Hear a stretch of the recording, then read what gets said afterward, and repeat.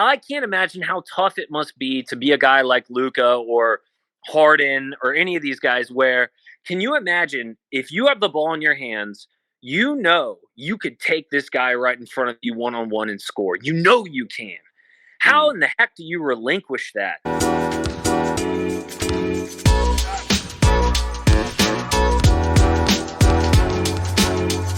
I just want to get started on Luka Doncic. Matt and I have been very high on him this season, but I'm just watching your video. I think it's a huge dose of truth serum just regarding like what his future is within the NBA. And you raised a lot of red flags just in terms of stuff to watch out for, not only this season but the rest of his career. So just him, just not really good on defense. Just traditionally coming into the season out of shape, even though this season might be a little bit different, just him playing in Eurobasket, but and him just his terrible body language traditionally.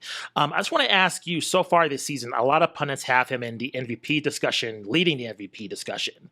Have you seen any at all improvements in terms of Luka improving the flaws in his game? And if not, do you think, he's might be heading down a road similar to like a James Harden? Like, what do you think? What do you assess of his game so far this season? Well, I don't really like the James Harden comparison. I know first, I think Colin Cowherd made that comparison on his show. And then I don't know if you guys have seen recently on Twitter or on social media, people have been bringing that up. There's like this one great clip some guy put together where it's them doing the exact same moves. And that's a great post. Like, it's a great post on social media. But the difference between Harden and Luka is that Luka gets better in the playoffs, and Harden, he's had year after year after year after year of disappointment.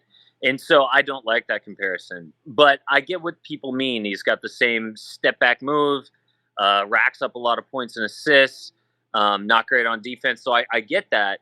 But, my main red flag, I mean, sure, the body language and the out of shape thing, those are, that's one thing. You could maybe put some of that to his age. You know what I mean? I think he's only 22 years old.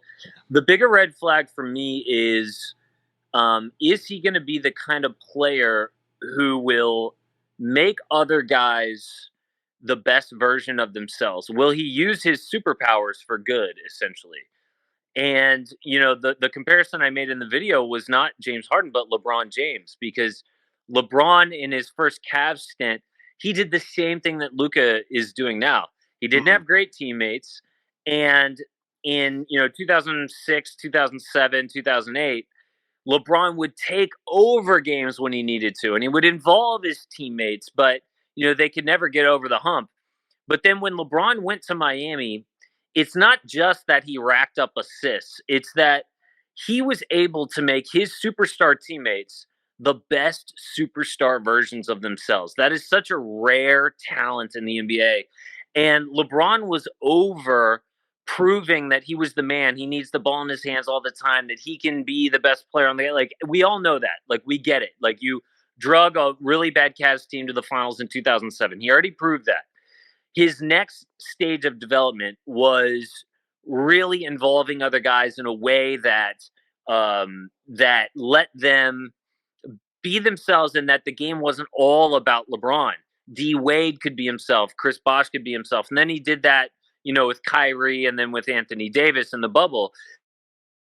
I just don't know if that's who Luka wants to be. I don't know if Luka, if this just isn't how he wants to play. I mean, Kristaps Porzingis, they got Kristaps for Luka, and it didn't work. And it didn't work not just because of the injuries or personality stuff. We heard a little bit of the personality stuff. It's that Kristaps hated being turned into a 7'1" 3-point shooter. And it was all about Luka. And people will blame Rick Carlisle. They're like, well, that's the coach's fault. Honestly, Carlisle is just responding to how Luka plays the game. This is how Luka plays, and they're rewarded with the number one defense in the NBA.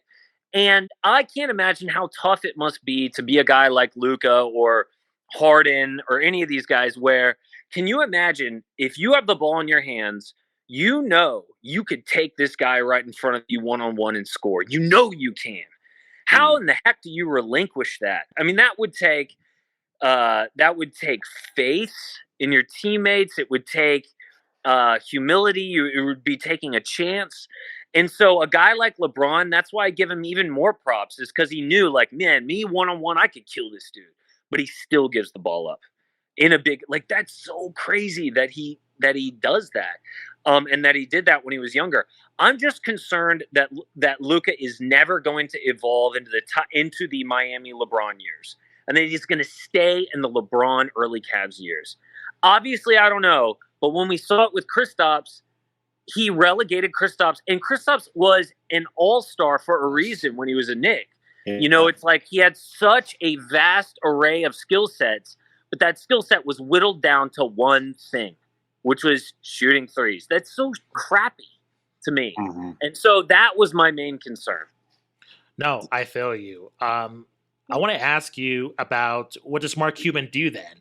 If Lucas is going to stay at this level, is there anything that Mark Cuban can ultimately do to extract Lucas, positive, playing abilities in terms of getting the Mavericks to the ultimate destinations with this them winning the championship? Or do you think you see a future where they just cut bait with Luka eventually if he can't win? No, never.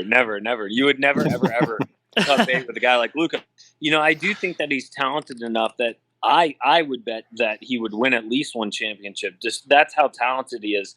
It's just that when you get a guy who's compared to Larry Bird and LeBron, you want to see more than one. But in terms of what they can do, the only thing they can do is set him up to succeed. And the way you do that is getting these superstar teammates for him. And LeBron had to leave Cleveland to get those superstar teammates. And the Mavs don't want to see that happen to themselves. So what do? They get, the best of the best, or at least they try. And the date that I circled on the calendar is 2025. The good news is Luka is under contract until 2027, I believe, so they have time. And so the 2025 date is important because the salary cap is going to go up similar to when it did in 2016, or if you guys remember that, but a whole bunch of guys got paid. Like Chandler Parsons got $100 million. Oh, yeah. Evan Turner. Yeah. And that's going to happen again in 2025, which is great, right? And that also lines up with an amazing free agent class. If you go look it up, it's Donovan Mitchell, it's Jason Tatum, it's who else? Who are the other young guys? I forget who the young guys were, but if you want to talk vets, or older guys, it's Jimmy Butler, it's Kawhi Leonard again, it's Paul George again. Like, all of these guys are going to be available. And we're assuming, like, people might want to come play with Luka, right? Well, if that's true, man, they're going to have space for like 2 max free agents. Who are they going to get? It's going to be so exciting. But on top of that, the price that they paid for Kristaps Porzingis with the draft picks and everything, that price is going to be fully paid off. You're done. You have a clean slate. As many first-round picks as you want to trade, as much money as you want to spend. And so I think 2025 is going to be the biggest offseason for the Mavs to set Luka up for success. And honestly, that's all they can do, is just surround him with the right team. You know what I mean? Hopefully they have the right coach in place by that time. But beyond that, Luka's going to have to make that decision who he wants to be. Yeah, maybe that's good pacing in some ways, because as you're in your younger years, you can get up all the shots you want. You can do the things you want to do, kind of maybe get that out of your system a bit more. And, like when we look at Michael Jordan, I mean, one of the narratives was he needs to be in this triangle offense that will complement him well to share the ball. You made the great comparison with LeBron there. So maybe it's just a matter of time with him being 22, as you mentioned. Yeah. And that's a great point about the triangle. I mean, Michael wasn't allowed to be the man for 48 minutes. Now, obviously, in crunch time, that's who they're leaning on, right? Right. But there's a great anecdote in Phil Jackson's book called 11 Rings. And Phil had looked at, everything that Michael had accomplished, which was a ton, the scoring champion, multiple years, MVP, but they couldn't get past the Pistons. And Phil asked Michael into his office, and he said, Michael, you are going to have to, if you want to win, you're going to have to give up the ball, and you may never, ever be the scoring champion again. Are you willing to do that? And Michael was mad. Michael famously hated the triangle offense at first. But after a couple of days, him thinking about it, he thought, you know what? Yes, I'm willing to sacrifice that if you really think that we can do this.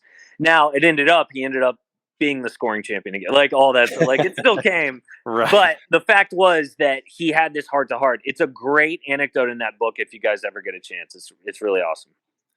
Do you think we can see the same conversations in the modern day NBA? I mean, I think players, like you look at KD, there's a lot of drama on the Nets, but I mean, the guy on the court, I can't fault him for the effort he puts in on his game, things like that. Do you think these same kind of conversations can go down the same way in the modern day NBA? I think it depends on, person to person, don't you? I mean, Sure. it's like who are these stars as a person? I mean, that's what made Tim Duncan so great, was that he allowed himself to be coached by Greg Popovich. And you're right, the star has so much power in the NBA. The star can almost always get the coach fired if he wants.